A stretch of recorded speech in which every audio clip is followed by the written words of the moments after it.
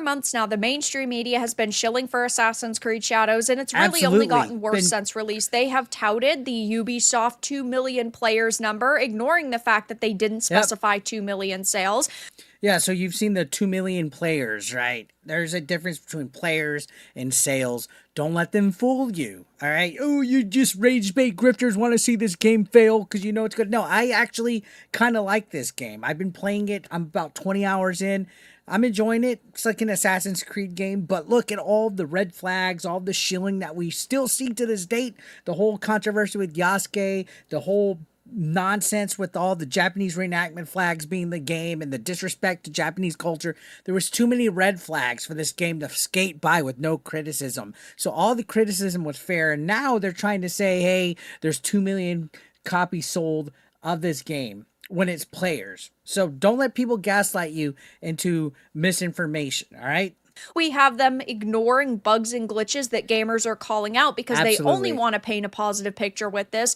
But over the weekend, things did not go as well as I think that they were all expecting, because they can say there's been 2 million players, but it's very suspicious given on Steam the game really did not do good. This is an article by Fandom Wire that talks about how Ubisoft and EA both had a rough time with their latest AAA RPGs, Assassin's Creed Shadows and Veilguard. Which Veilguard was already a monthly PlayStation Plus game. And I believe it's going to Game Pass now. I believe Veilguard will be going to Game Pass here in the near future. Such a flop. And Assassin's Creed Shadows, I think it will be a monthly game by the summertime as well on PlayStation. Seen that both games had solid launches in some respects, but neither has managed to meet expectations either in player engagement or in critical reception. Yeah, While absolutely. Assassin's Creed Shadows managed to break a record for the franchise, which is great for them, don't get me Yeah, I mean, wrong, yeah, good. it still failed to crack the Steam's top 20. Yeah, good on you, Ubisoft, and good on you all left-wing wokies that are desperate to get a gotcha on everybody that's criticized this game. It still didn't hit the top 20, and the peak wasn't even that high either. I don't even think it hit 100,000 peak, did it? I could be mistaken. The Veilguard has been weighed down by corporate meddling and being lackluster, but which game truly performed worse? Now, I am not sitting here saying that Assassin's Creed Shadows was a total failure, because that's just not true. No, we it's not. always knew that this game was going to sell a couple million copies. The problem is that they need, from what we understand, to sell 7 million copies. And I heard that they spent over $900 million, at least a speculation, a rumor. Nothing's been confirmed, but I heard that they've spent millions of dollars, even more than Skull and Bones, which that was 500, 600 million in the whole. Even if this game sold 5 million copies, it's not going to save Ubisoft. And again, like I said, I actually am enjoying the game. I'm playing it, but there was too many red flags to ignore. Criticism was all valid, guys. That's the thing with real normal people. You're allowed to criticize something and then experience it, play it, watch it, eat it, read it, whatever the fucking thing that you're consuming is that you're buying as a consumer. You could be like, okay, well, this wasn't that bad, but you could still have criticisms of it. It's like going to the movies and watching it. Somebody was like, oh, you hate this game, but you're playing it. Nobody said I hated the game.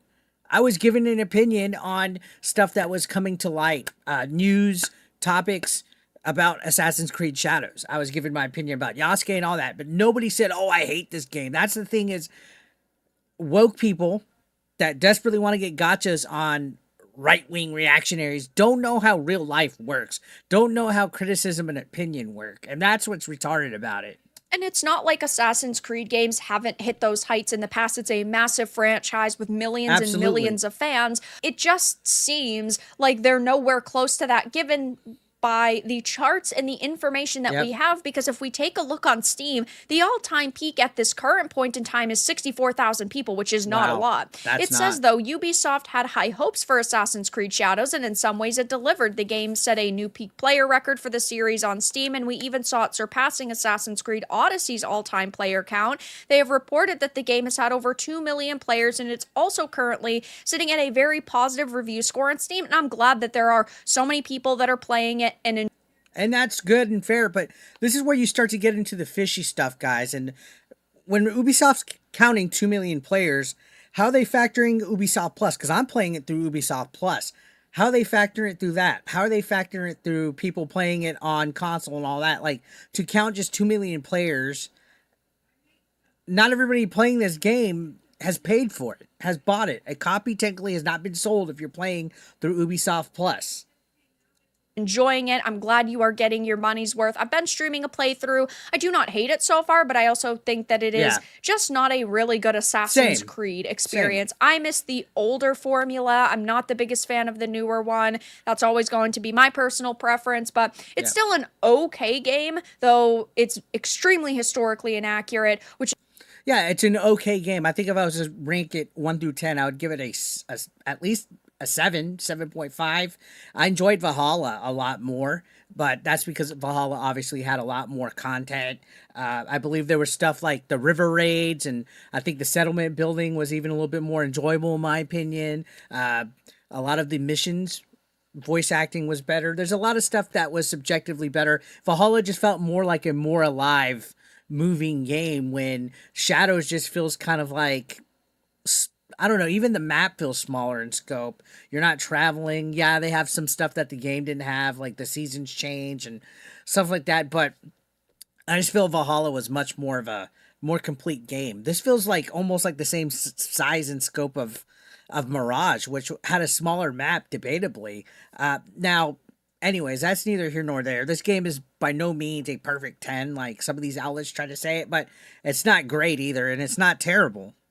which is very hard to look past. The characters are just really mediocre. If you consider them to be new characters and just like fictional characters, there are a lot of bugs, a lot of glitches. It's just not a great experience all around. But they're saying, oh, That's there's fair. 2 million players in game, but they're also showing 64,000 as the all-time peak on Steam. Just seems very suspicious to me. And just 64,000 all-time peak on Steam is bad for an Assassin's Creed game. For a game that's costing this much money, that's terrible. They should have easily hit over 100,000. broke into Steam's top 20 most played games. By its final weekend tally, AC Shadows had peaked at just 64,825 players, trailing behind expectations and performing 27.5% worse than Dragon Age The Veilguard for PC. And for a franchise as big as Assassin's Creed, we might have reason to worry. It is just so hilarious that Dragon...